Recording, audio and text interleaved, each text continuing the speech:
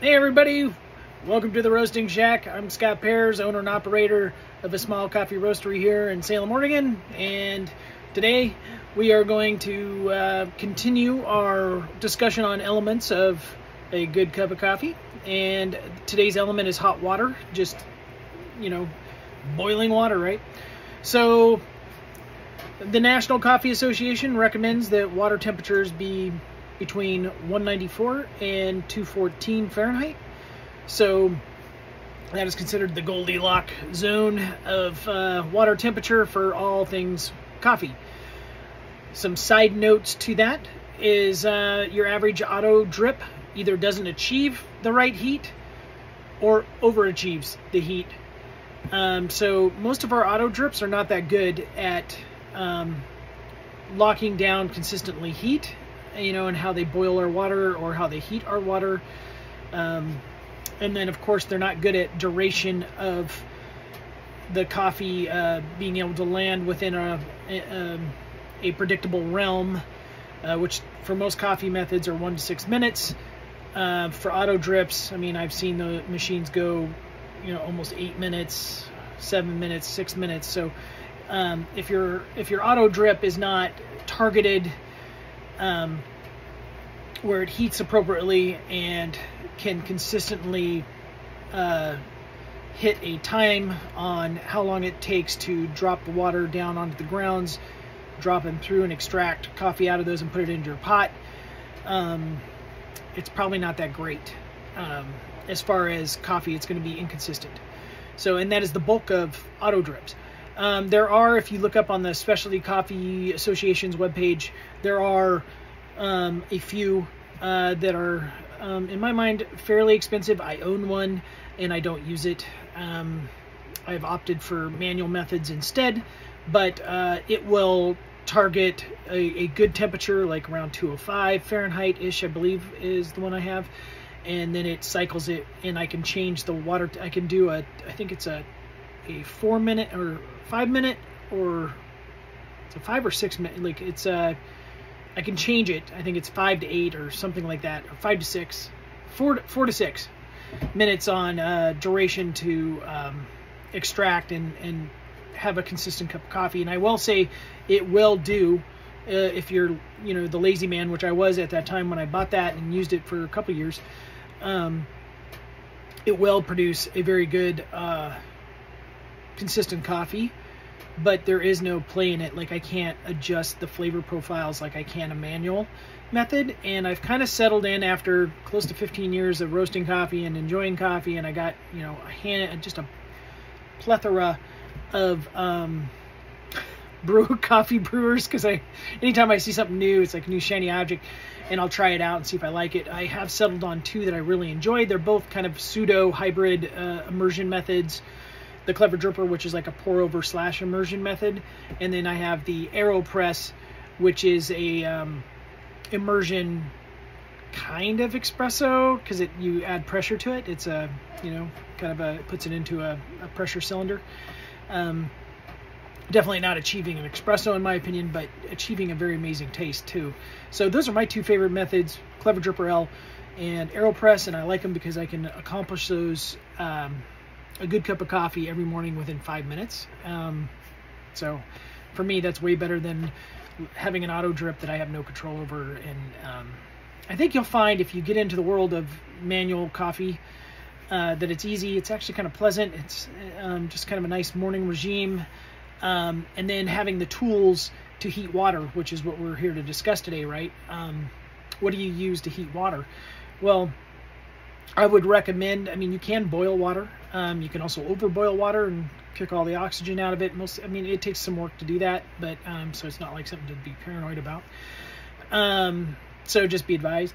But a kettle, tea kettles are great. They got tea kettles that are, what do you want to call it? Programmable.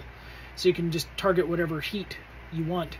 And the tea industry is actually the ones that kicked those out way before coffee got into it. Now you can buy really sexy coffee kettles that are coffee related and target coffee temperatures and are programmable and are pretty amazing, but they're also $200.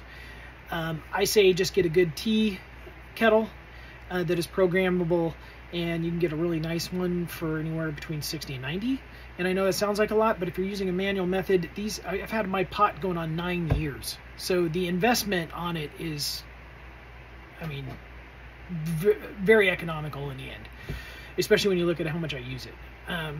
So that would be the one tool I'd recommend. Or you could go with the culinary thermometer, and you could just like stare at paint and watch it dry, because that's kind of like what it is, watching water cool. So I don't know, I'd go in with the kettle. I'd recommend the kettle to handle temperature. So what are we talking about when it comes to water temperature today? I'm just gonna tell you the heat of the water is directly related to the speed of extraction, and the amount of extraction. And so you have heat and time, and you're going to find, I think, that when you start goofing around with the adjustments on whatever brewing method you have, could be a Chemex, some sort of pour over, like Clever Dripper, the AeroPress. And the AeroPress actually doesn't fall into the Goldilocks window. I mean, I think they recommend 174, 175 Fahrenheit for their water, and that's what I do every morning, and I love it. So, I mean, like, that's where I really recommend you sit down and you choose to just look up online and say, okay, what is the desired amount of coffee? What is the desired temperature that the water that they recommend is? And then what's the duration that I'm extracting, right? And that's why manual methods are great, because you can control that. And here's the thing. If you're over extracting something, if it's too hot, you're going to pull all the taste out of it. Just like if you were putting a vegetable, in a steamer for too long, it has no taste, then it's kind of, why am I eating this? Same thing with coffee, man, or tea too. So you don't want to over extract it, right? The extraction is going to pull out when you extract something. Think about coffee. It's 98% water, 2% solubles that you want. Right? That's what you're trying to get. And that's where all your taste comes from. So how you extract that is important. You can over extract something and actually pull out all the good oils, which are taste flavor profiles from that seed that you roasted. You can pull out set acids, which you think, good, stomach acid, that's bad. No, acids, I'm talking flavor. Flavor acids, right? Good ones. You can mute all those. And then you can also mute the aroma. So I mean, you could take away a lot if you have too hot of water and you leave it in there too long. You can just take away every good thing in coffee and it'll be gone. Conversely, that would be over extraction, right? And that's not where we want to go. Under extraction is interesting too, because now you can't reach any of these sweet notes that would be in the hotter temperatures, and you're going to only get like really the bitter notes out of the coffee of the 2% soluble stuff. You're only pulling like bitter, sour kind of notes. And if your temperature is too low, and let's say, or you didn't leave it exposed to the water temperature long enough, you'll end up with like a really flat cup of coffee, and it's just kind of a sad event. And it's not something that you're going to be like, wow, I want to do this again.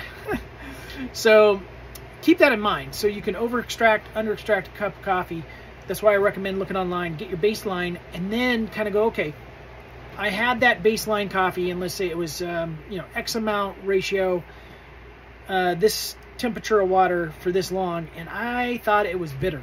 Well, that probably means it was under extracted, and maybe you add 30 seconds on, or a minute on your next cup, and just see, oh wow, that made a total difference. Or maybe you're like, wow, that was really muted, or like, man, this didn't taste right. It's like dull. It had no aroma. Like all the pleasant things in this coffee are gone. Maybe instead of 3 minutes, you're like, hey, you know what? I'm going to knock this down to 2 minutes, leave my temperature the same, right? Because you don't want to shift a bunch of things around each time. You either want to shift your temperature or shift your water temperature. But you start playing with it that way, and I'll say, wow, that really tastes good. And if you use water, you can actually, especially with these manual methods, I mean, you could do one, at 2 minutes and one at 3 minutes and taste the difference between the same coffee bean and get two different tastes out of it. and that shows you how much extraction plays, how much water temperature plays in your daily cup of coffee. So I'm just here to encourage you to maybe look at some manual methods, maybe look at an investment of a good kettle. I mean, it'll plus you up in your house anyway. Who doesn't like tea? Who doesn't like coffee?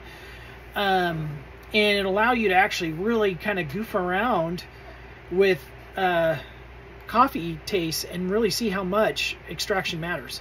And when you bounce that off an auto drip, and even a good one that I own too, I mean, even the Specialty Coffee Association approved one,